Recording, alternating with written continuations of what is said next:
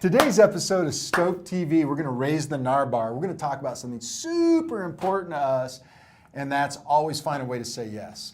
And what do we mean about that? Here's the deal. In life, whenever we get a request, unconsciously our little human brains, our little rat brains go through this autonomous process of, is this going to take me a lot of effort to fulfill this request, or is this something that's in the basket and I can do easily?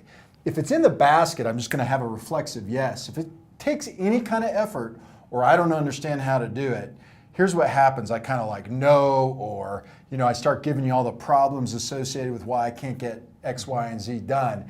And this is the antithesis of where we want you to be. We want you to get into a reflexive state. When your customer asks you for something, we want you to say yes. If I have one of my customers at Onimata today come to Mike and I and say, hey, Mike, Will, Onimata, we want you to have us walk on the moon.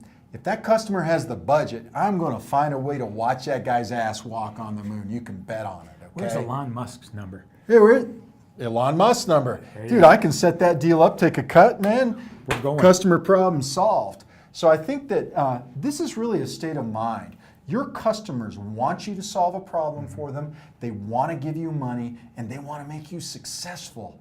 It sounds like being in business to me. You, Mike? If you'll stretch yourself. It's why we built the Sales Velocity Center.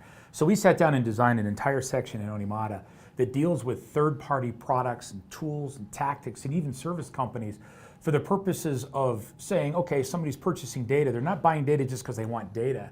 They're buying data because they're trying to solve a problem. Right. So we want to help them try and solve that problem. So we vetted all of these companies. We've talked to them. We know what they do. We trust them. We believe in them. And we've put them in there. So if somebody calls me up and they're doing this, and oh, by the way, I'd like to talk to you about an email provider. I don't say, well, that's not my, go to Google and search it. I'd have 2 or 3 people right off the top of my head I could talk to them about. I'd refer them to the Velocity Center. If they wanted to, I'd make introductions to those companies. You can't just leave it. Here's the data and the rest is your problem.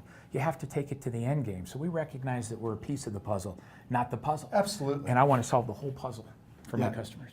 I think, and Mike, you've really taught me this, and being in partnership with you, is that part of loving the problem, which we've already discussed before, is finding a way to say yes. Right. And what's really interesting?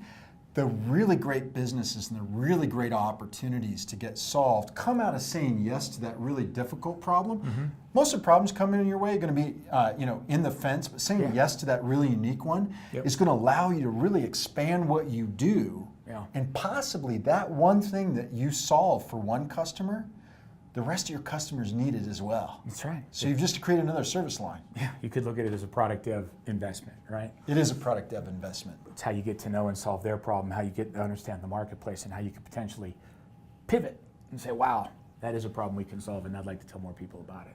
And at the end of the day, we want our customers to love us. Yeah. And you know how your customers love you when they bring you a problem? Yeah. You know what you say? Yeah. You say, I'm going to bring you more. Absolutely. I'd like to solve that for you. I'm going to bring you more. I think about Zappos as an example of how to say yes, right? Tony Hsieh built that company, sold it for over $1 billion to Amazon. He built it under the entire premise of how to say yes. You could call up those guys and say, I've had these shoes for 6 months. Here's these nasty shoes, Can I return them? You know what they'd say? Yes. Sure. If you don't have a box, I'll send you one. Those guys are amazing, and it's the gold standard. And all you have to do is go and hang out with Zappos for a little while, and you'll learn how to say yes. When you get this request from your customer and you go through this kind of quick deal, is it worth it, is it not worth it? If you're not reflexively yes, then really the place that I put you is that you're a effort minimizer kind of company and you're an effort minimizer kind of person. We don't think about that. We are outcome maximizers. We don't care what the effort's going to take to accomplish what you need. We're going to go through all those steps and we're going to put our margin on top of it. We're going to go back and say, hey, customer, yes, here's the price. And 95% of the time they say yes, okay? And that's what an outcome maximizer does. They say yes and they figure out how to make it happen. And I'm not saying do it for free. Right. We're in business.